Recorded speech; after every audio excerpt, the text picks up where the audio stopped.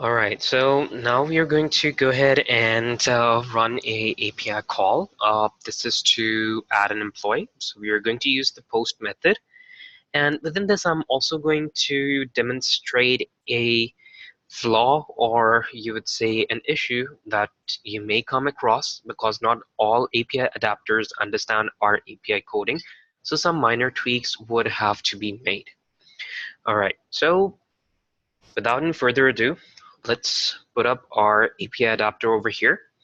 So we are going to use the post method. So we change the method first of all from here. Next step, we are going to copy the endpoint. So we use this, we copy it, we open up our API adapter and paste it over here. Enter request URL, we paste it. Then we need to append our API token in it. Do it, we go to our Humanities Settings tab, API v2, and we select our API token that we would like to utilize. So this was MS Word or the test API, depending on whichever platform you're going to run for your API inquiries, you may use that API token. Simply copy it. Switch back to your API adapter and replace these X's with the API key. Step 2. Now here's the part where we need to enter the data in the body. Now this post request, this post method, and this API call requires syntax and the parameters to be entered, which could be the first name, last name, email address, position, whether the employee needs to be activated, any notes that you want to add, any custom fields that you'd like to fill in. All these things can be entered over here. So we switch back to our API documentation page. We check the body parameters, and we can just simply copy everything from here and paste it in our API adapter.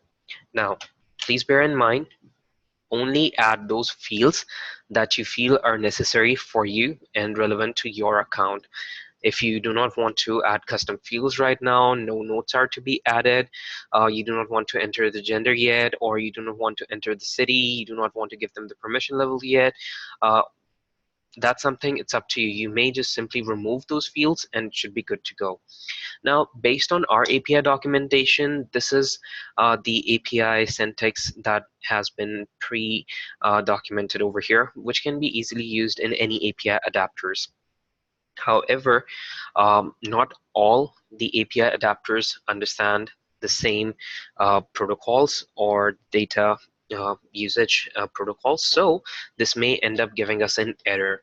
So just to demonstrate it, I'm going to run this inquiry.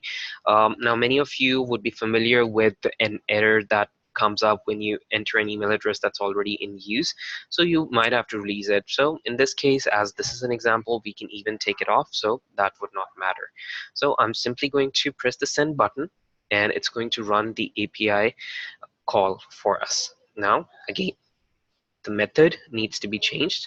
So this is the post method.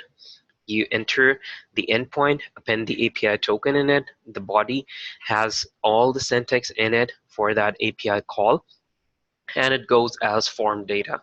Last step, send data, and it's going to run the API call. Now, see, it has returned us an error. It does let us know that value is required and can't be empty. So our token is okay, it's valid, it returned us our token, but the data is invalid. There are not the right parameters that are used. Now, let's say I'm new to API, I do not understand the parameters what Postman understands. So I can simply go to key value edit, and I can check if there were any mistakes that were made. I click it, and see, everything is here in the key. Nothing gets added in the value. So what I'm going to do, I'm just going to simply remove everything from here. I go into key value edit, so all the fields are empty. Now I would start inputting my data manually in it. So I just go ahead and enter the first name. First name could be Mike.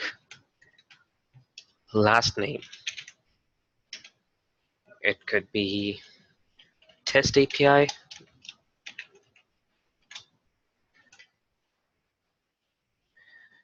We can enter the email address.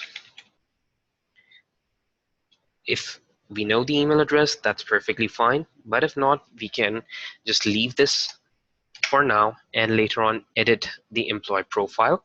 But if you have the email address, please make sure that you enter it over here. Status, whether you want the employee to be activated, not activated, you enter it over here. The group permission, so you enter the group. So the group is going to be 5, which represents employee. Gender, male. And please ensure that you do enter everything in the right format, because all of these are case sensitive. So the keys need to be exactly how these are displayed on our API documentation. Now, before I run this API call, I would like to bring your attention towards our specification format. So this is the form data. It does let you know the name needs to be entered in string. The first name gets started with F name, last name L name, EID, status, group ID. So it also represents the numbers, how you'd like to put it through. So -1 is disabled, 0 is deactivated, 1 is activated. The group, it's basically the permission level. So 2 stands for manager, 3 supervisor, 4 scheduler, 5 employee, 6 account, 10, 7 schedule viewer. So we gave this employee the group number 5, so that stands for employee. So the custom fields are something that in future, if you'd like to add, it's up to you. If not, then you can keep on moving with the flow. Now, if we switch back to our API adapter over here, you can see we've already entered the relevant fields, and we go ahead and run this inquiry. But again, you can always counter check your data with the API syntax just to ensure that you enter everything. So do double check, otherwise it is going to return back with an error. So without any further ado, let's run the API inquiry and let's see if it is successful. So it does let you know that the employee mic test API has been created. It does give me all the parameters returned. It lets me know that what are the fields that are available in Humanity profile overview or edit details that are still to be filled. So EID, date of birth, the SMS gateway, cell phone number, cell phone confirmation, that's all null, 0. It's not yet confirmed. So it gives you all the information about that employee profile. Everything that has to be assigned or not yet assigned to the employee will be listed within this call. If you'd like to go through it, you may. This is all in JSON format. You can always have the JSON translators on your system so you can convert it into human readable language. So let us switch to our Humanity account and let's find out this employee. So we go to the staff tab. We hit all staff and let's find out our staff member whose name is Mike and he is with last name test API. So here is the employee that has already been added to our system and the call has been successfully run. So this also explains our put method in the post method that is going to help you add data on Humanity platform. The post is to edit it. Then we have delete, which is going to unassign anything that we have assigned to this employee. Along with that, we do have our edit fields that we can always put up from our API documentation page, and we can run the calls accordingly. Now, let's go ahead and run a few examples on how we are going to set up our account using API. And to do it,